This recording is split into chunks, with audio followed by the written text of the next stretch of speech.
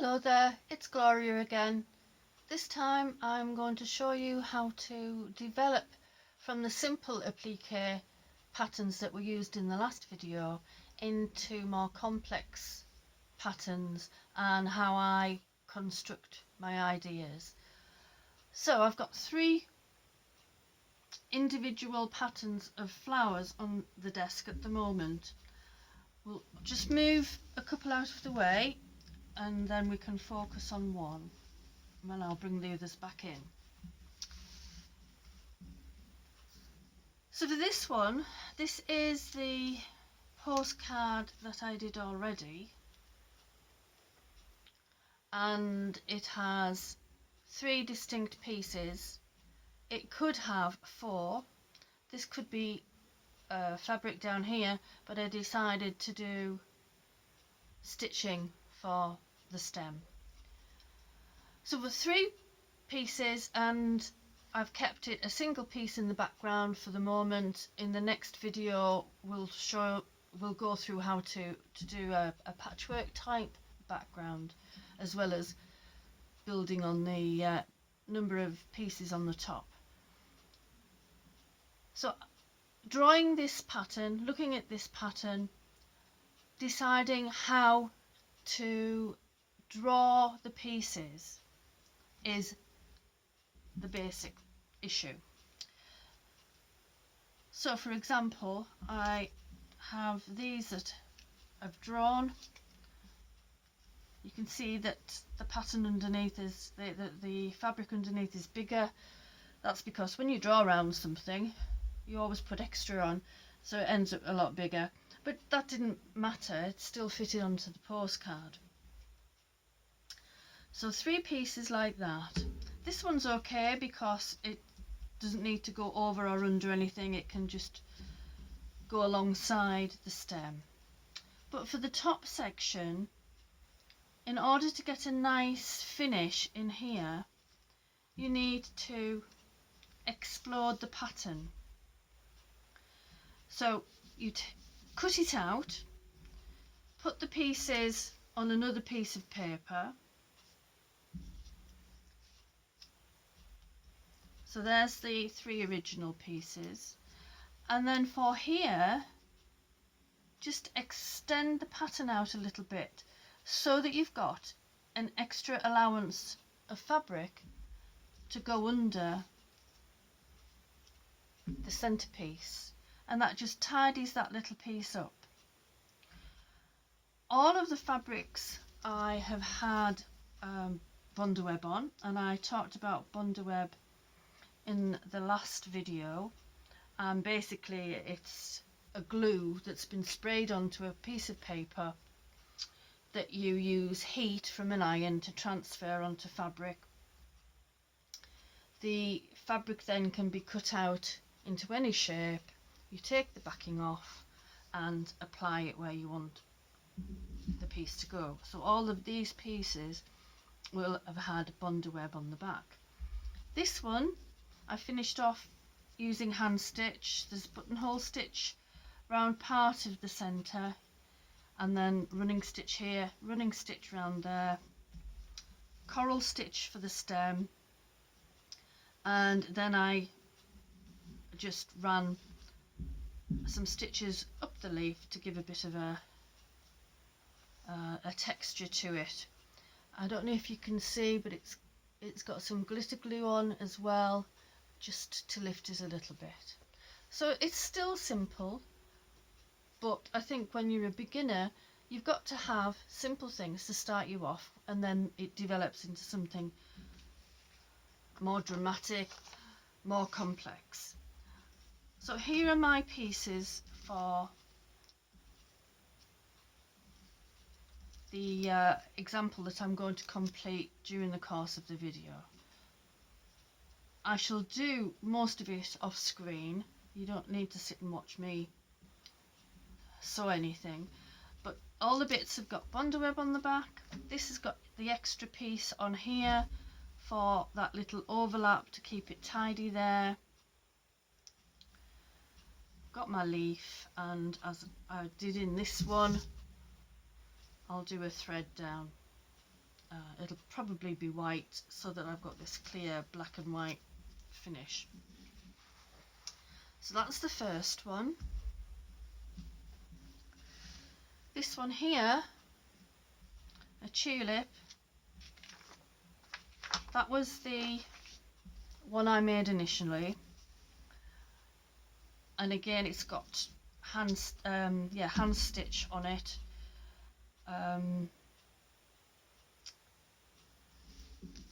Running stitch on here. Can't see what that is there. Oh, yeah, it's couched thread. Then I've got herringbone down here and just some extra bits on the leaf, and there's a little bit of glitter on the leaves as well. But for this one, I exploded the picture and decided that I would need some extra pieces on the outside petals to chuck under there, especially when you are hand stitching, because even if it's got Bondaweb on, it will fray a little bit, so one frayed edge is better than having two. For the leaves, I've buttered one up to the stalk, and the other one there's a slight overlap. So they're the notes I've put on the pattern. I've already cut one of these out. It's ready, it's reversed because I reversed the picture on the computer, and as you can see, a nice clean edge there because these two petals are tucked under. This stalk, I forgot to mention it on here, you can see there I've put a little bit of extra on the stalk, so that's tucked under. Then one of the leaves goes over and one just butts up against. Okay, so any samples that I'm showing you I will have finished so that I can put them as pictures at the end of the video. The third one here, that was the postcard that I already made, plain background, and this, it has actually 4 pieces because it's got a centerpiece. You can't see it very well with the button on it. So one piece for this. I wasn't going to cut the petals out separately for this one. Then there's the 2 separate pieces for the leaves, and there's a centerpiece. So exploding it, pulling the leaves away, putting on some extra fabric there so that it can be tucked under, the circle to go underneath the petals. So once again, we've got to think about the order of laying them down, how we're going to construct our picture. And I've got that one piece cut out. I've got this center piece which will go down first so that that can go over it, and then they will go down so that can go over those as well.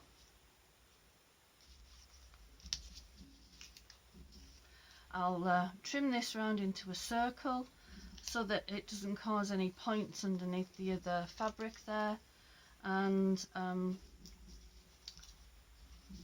I'll have that ready to show you at the end in the stills. So this one will be ironed on in the stills. The 2 I've already shown you will be finished. Also in this set of easier pieces where we're just combining a few different pieces of fabric, I did this butterfly here and put it on the front of a little book. This was a long time ago. The book is well battered and bruised, and it's allowed to look a little bit rough, I think. So for exploding that particular pattern, it's quite simple. You just take the wings out, leave your body the shape it is already, and just put some tiny little bits on here so that they can tuck underneath the body and make that a neater finish. So you can see the shapes of my butterfly on here are slightly different, and I think the body is bigger, but it's basically the same. The four wings are tucked underneath, and those particular edges are protected. It just gives it a little bit more protection. I've already got one ready to sew, so this one will be ready at the end as well. I'll do a variety of stitches on the several pieces I've got ready to go, and some will be machined, some will be hand stitched, so that you can see the difference. And if you have any really nice fabrics that might fit in with the theme, so I've got this batik with dragonflies on, and I thought if I did some plain colours in this butterfly, or even made a bigger version of the dragonfly, then that would look quite nice. So you don't always have to have a plain background. For the purposes of me showing you and getting across how I explored the pattern, I thought that the plain backgrounds would be quite adequate, but you can get some lovely effects by choosing a colourful pattern background, and I think that would work really well on there. Okay, hello there. We're just going to have a look at this pram here, and what I did with it was discarded the handle at the front, purely because I just wanted the image to represent the pram.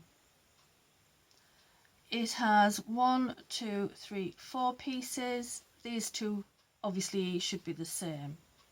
So to explode this, what I did was cut it out,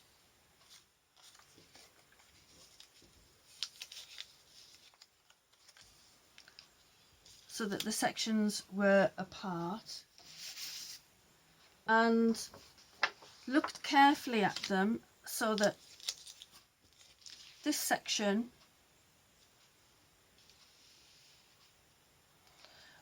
would be cut out in that shape, so that then the wheels would just go over the top of that fabric, and it would give a nice clean seam over the top of the wheels, and that this section would be extended so that it went underneath the body of the pram. So that's what I would do with that one, and this was the result. It isn't a postcard size, it's bigger, but it's ready to go on the front of a card, and it's hand sewn. This here was couched so that I could get the wavy effect around the hood. Running stitch around here, a running stitch around, big running stitch around the outside of this, with the spokes going into the centre, and then a little French knot to finish it off.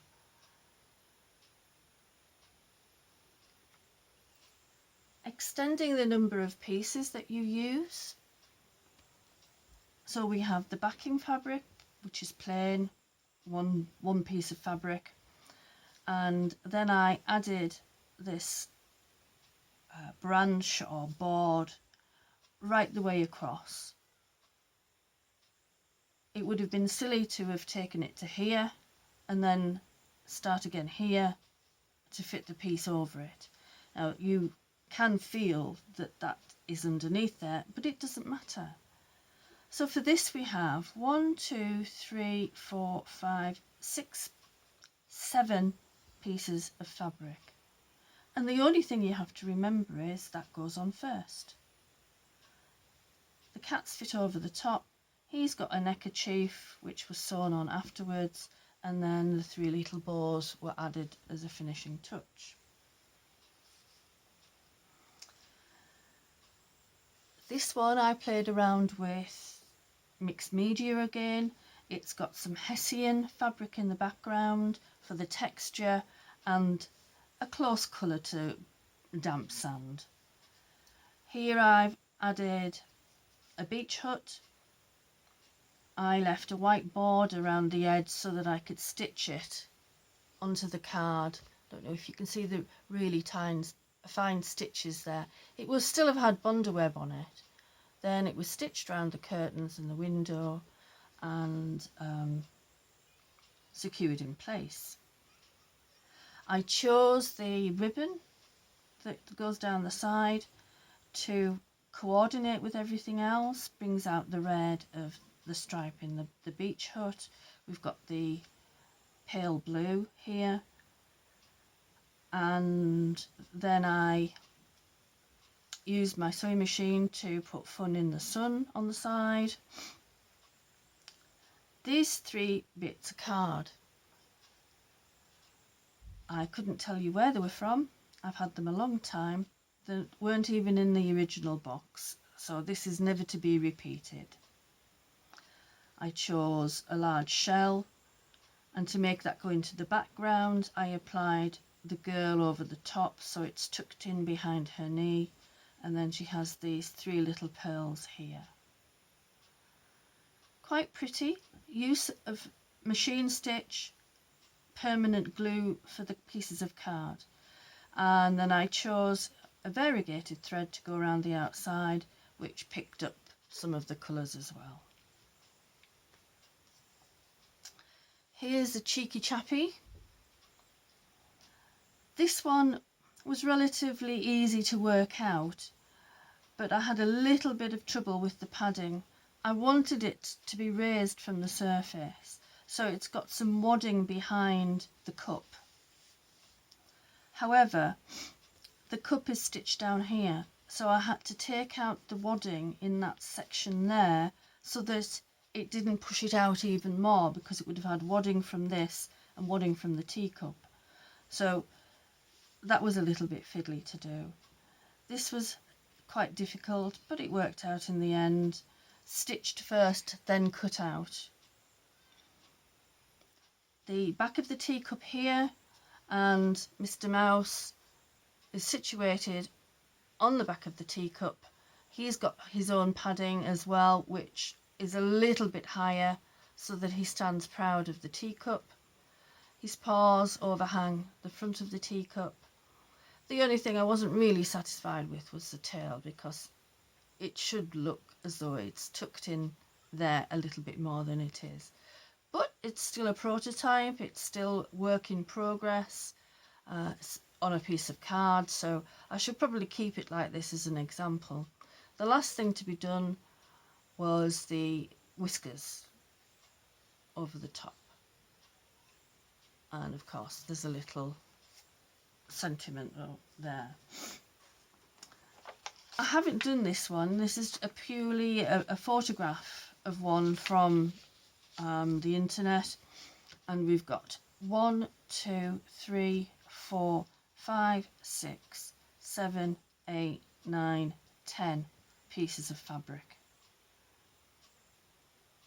Of course, a single piece in the background, and then this fabric has been used like a bias binding to seal the edges.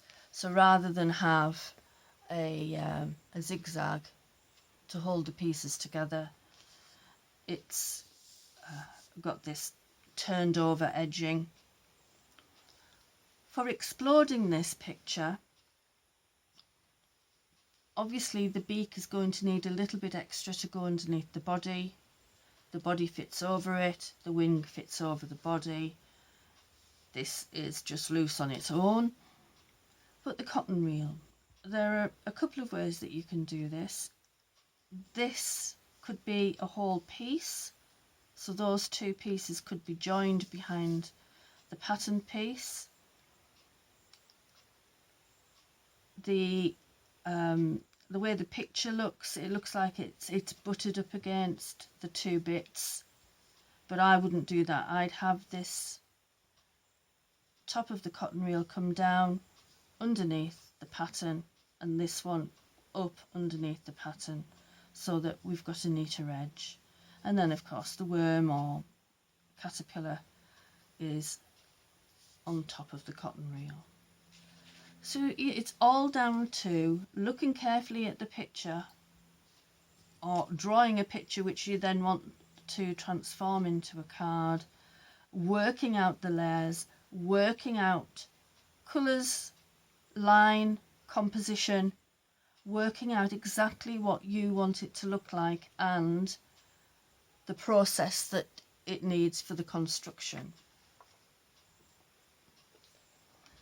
This one is quite complex. It's got the backing fabric, so 1, 2, 3, 4, 5, 6, 7, 8, 9, 10, 11, 12, 13, 14, 15, 16 pieces of cotton fabric.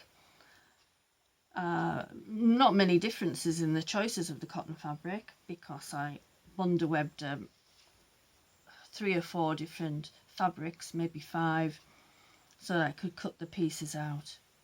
And then these little white bits are just felt that were hand stitched at the end. In order to get the depth, there's some lines across the bottom which indicates that this one is the furthest away, so anything in front would need to come over the top. So this roof comes over the top, that does slightly. Here, this one is behind this one, so the roof comes over the top here. And this is where I made a mistake. So these are the things that you do, the small pieces, you make your mistakes, you learn from them. I put the roof of this house in front of that house, but when you look at the way it's shaded at the bottom, it implies that this house is further forward than that house. So in effect, that roof should have been behind. Fiddly little bits with the chimneys. So laying it out, obviously the chimneys would go behind the roof. The body of the house would go behind the roof. In something like this, I might have been tempted, I didn't in this case, but I might have been tempted to have put just a little bit of glue to hold them in position while I did the layers before I ironed it, so that the Bondaweb would then stick. It's just a thought for next time, which I may well do, because I'm in a swap this month with wonky houses as the topic. The houses will be a little bit more wonky than these, but this extra bit here that caused me the problem, I will have to think twice about in the finished thing. In the last video, I had put together some card examples of layering, just with the 2 pieces of card, the backing and the focal image. This time I've put together some examples with more than one piece appliqued, or not appliqued, sorry, applied to the top. Plus these are just glued on, of course. I don't know if you can see all of those. I'll move those over a bit.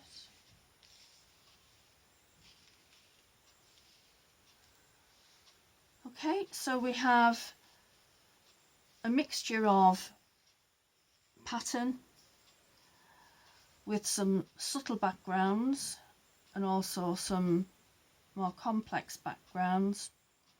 The butterflies are facing different ways in each of them, just to look at different ways of putting them together. And for me, this one is my favourite because that red really pops on the pale lilac background. You may have a different choice. You may be looking at those and thinking, no, it's definitely not my choice. I would go for something else. I have a friend who would look at all of these and say, don't like it, because they're not her colours. It's always worth playing around with pattern and colour before you actually put things together. These are just samples for the video. If I'm working on something, I will collect together a few different bits and pieces and offer them up to each other so that I could see what it might look like. Then you make your finished piece.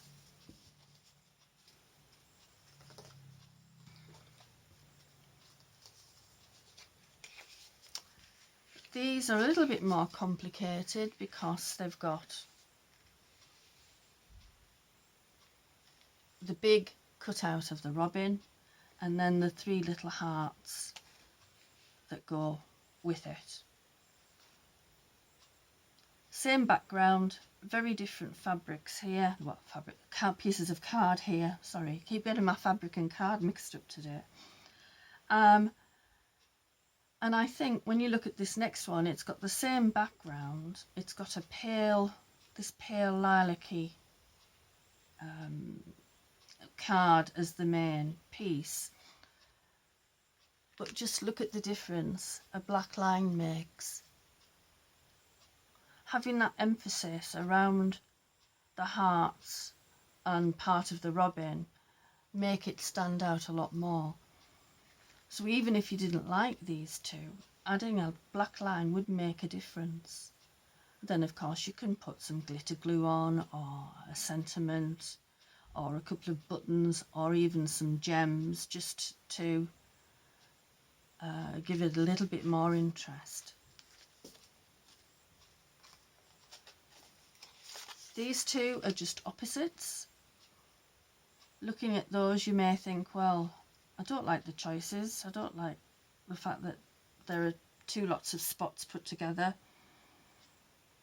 But I think a line around would make a difference.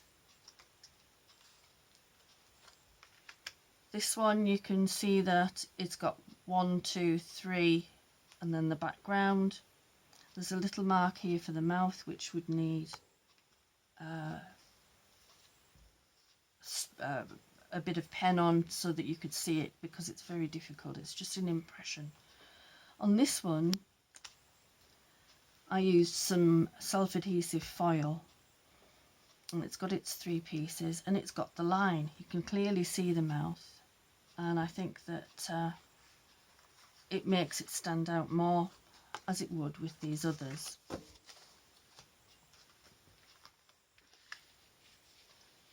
A couple of Christmas trees. Again, I use the self-adhesive foil here and on as the stars, and the base on that one. Very different choices. Perhaps using something quite striking as this takes away from the focal point. What do you think? And what might happen if I did use my pen round it? Would that make it stand out even more?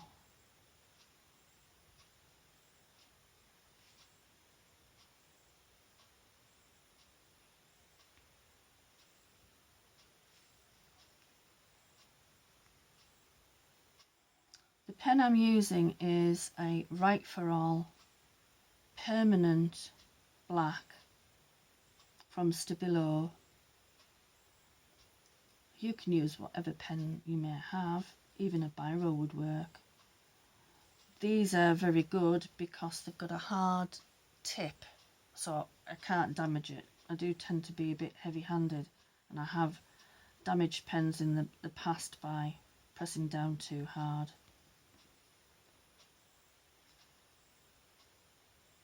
I don't know if this will have very much effect, but we'll have a look.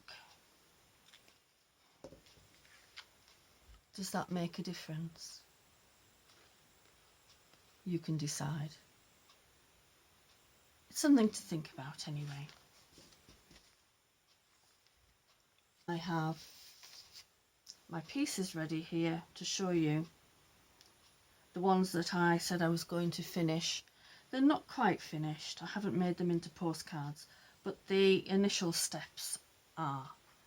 So here we have the simple flower head with the 2 leaves.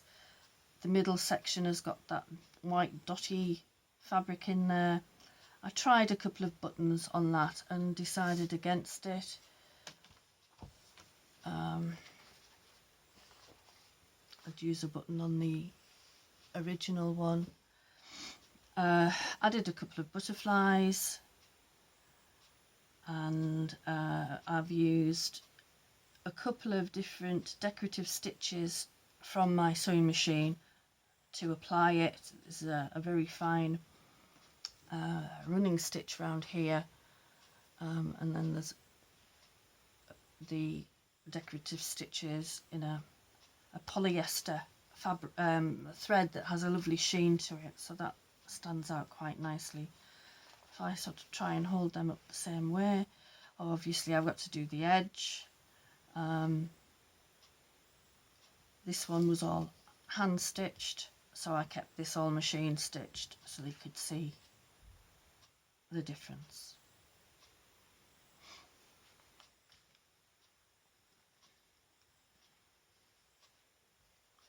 This one here was the one I showed you earlier, and I decided I was going to do black and white for the other one. So there, the pieces are applied using machine stitch again. This was hand stitched. I've put some lace around the edge. I'm going to do a white stalk. That needs to be done with a piece of thread that I will couch on. So framing it up there gives you a better idea of what it will be like when it is finished.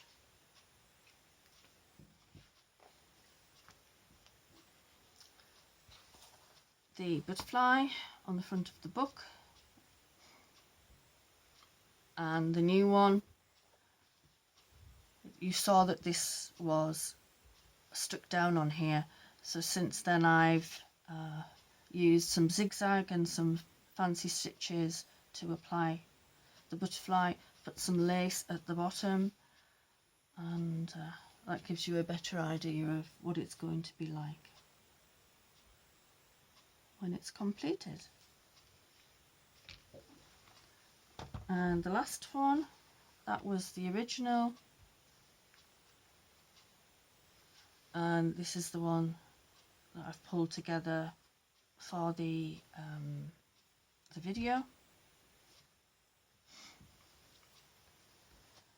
Hand stitched, apart from around the edges of course, machine stitched, and that was just zigzag and straight stitch on the tulip. And framing it up, you've got room to maybe put a sentiment here, or some gems up there, or some buttons up there, a sentiment here. Once you've got it to this stage, you can do whatever you want before you, yes, you must do it before you add the Bondaweb, the Pelmet Vilene, so that the stitches don't show. I reversed the pattern for this one so that it would go that way, but it doesn't bend round as much as this one, as you can see. So they're never the same, and that's good. I did mention to you as well about putting the butterfly onto a different backing. I'm sorry, I've lost an antenna bit. Goes on there. I showed you this fabric, so I found some light fabric that I thought might look good on there, and I'll make that one up. So it's quite dramatic, having the batik behind it. And I think it would work with dark fabrics as well, but I think that they have to be plain, because anything patterned would be fighting against the background. A bit like the Scotty Dog postcard I showed in the last video, but that was made for somebody in particular who wouldn't have minded. So at the very end of the video there will be some stills. I'll get some of these made up into postcards and finished off so that you can see what they look like with the surrounding stitching. So I hope you enjoyed that. Please have a go. If you don't try, then you'll never learn, and the learning and stitching is very therapeutic. So cheerio. Bye.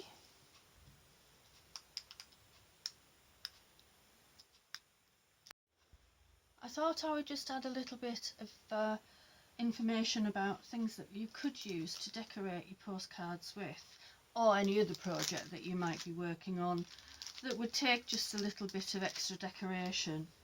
As you can see here, there's lots of gems, and I would think that nearly every packet on the table cost £1, either from the range, Home Bargains, B&M. There's a lot of these things around, and certainly in the range they change them regularly. We've got lots of butterflies in there at the moment, as well as all these lovely gems. I got this pot of buttons with animal skin on them for £1. They may be too big for our postcards, but they can be used on other things. Some smaller buttons there, the star buttons in the basic section in the range, and as you can see in this box, you can pick up all sorts of lovely things that can be used to decorate the postcards. I thought I'd show you those things. I've used a couple of bits and pieces from them. I've finished the postcards that I said I would. I thought I'd show you them and talk through them before I do the stills at the end. If you remember, that was the example I already had, all hand stitched apart from round the edge. And this is the one I constructed during the course of the video. Remember, explode the pattern and then that slots under, so you get a nice finish here. I've put a pearly flower in the middle rather than the button that was on there last time. I may add some lines of glitter just to emphasise the petals a little bit more. Something I'm thinking about. This was the original example, again hand stitched in the middle, machine round the edges, and I was constructing the black and white one during the course of the video. I had lace at the edge. I considered doing black thread on the black sections and then doing white thread on the white sections, but I went for this variegated black and grey, and I think it would have looked nicer if it had the white and the black. I've added some dotty buttons. Over the years I've picked those up in all sorts of shops. Boys is usually a good one, but they don't always have them. What I do is, if I see any, I'll buy them whether I need them or not. Oh, and it's got a fancy stitch round there from the sewing machine, then straight stitch. Then I did a buttonhole stitch on the sewing machine for the leaf, and that thread was hand sewn down the centre. This was the original tulip, hand done in the middle, machined round the edge, and this is the one that I did during the course of the video. Again, there's fancy stitches on here from the sewing machine. I found growth which I mounted onto a piece of green paper that sort of went with everything else, and I sewed that on, and I've attached the 3 buttons up in the corner as an extra decoration. The old and battered butterfly on the top of the book. I did a new version, slightly different shaped wings, and there's zigzag, straight stitch, buttonhole stitch on his body and to make the antenna. I've stuck a couple of black gems on there just to catch the light a little bit, and the clear gems just to add a bit of sparkle on there as well. I think I might put some glitter glue on his body just to pick that up and lift it up a little bit more. If you remember, I talked about putting the butterfly on this lovely batik dragonfly background. So I finished it. I haven't finished it completely into the postcard shape, but I thought he looked okay, nice and shimmery with his gems on there, and probably just keep it like this as an example. I've brought a couple of my postcards that have a single background and things applied to the surface. So this background is space dyed silk with added salt. The salt sucks the dye or the paint out of the fabric and leaves some amazing patterns. Space dye just means you drop colour in different areas and just let them merge together, so you'll get different colours actually between the colours that you've dropped. So one background, the big focal image of the lady there, I've put timeless on a piece of paper and added that, and it's got 5 sparkles just so that there's a little bit of glimmer on the card. I coloured this piece of paper in with some pink distress oxide, and then it's got a little bit of black around the edge just to make that stand out. Looking at this one, you would think that I've got more in the background than one piece, but it isn't. It is one piece of ledger paper that had already been stamped on, so that is still a single background. I've added a sticker here, a couple of boards here which I've emphasised with pretend stitch around the background and on the focal image at the front, and added explore at the bottom. So you can mix and match, of course, putting paper and fabric together, but you can just stick to paper and it makes quite a nice gift for somebody for a change. I know a lot of the ladies that I'm acquainted with use them as journaling cards, so they go into a diary or a journal and there's space on the back for writing. So not used as a postcard, used to keep memories on, or even to attach photographs on the back, and then that would slot into a diary or a junk journal, an art journal. I've got several journals that I use, and certainly a couple of them this would look rather nice in, and I have made lots of these things in the past for that purpose. Well, as I said earlier, I hope you've enjoyed that. I hope you've learnt something, and next time I'm going to show you how to do a mixed background as well as adding extras to the surface, and I should be working on that during the rest of this week. So cheerio, bye.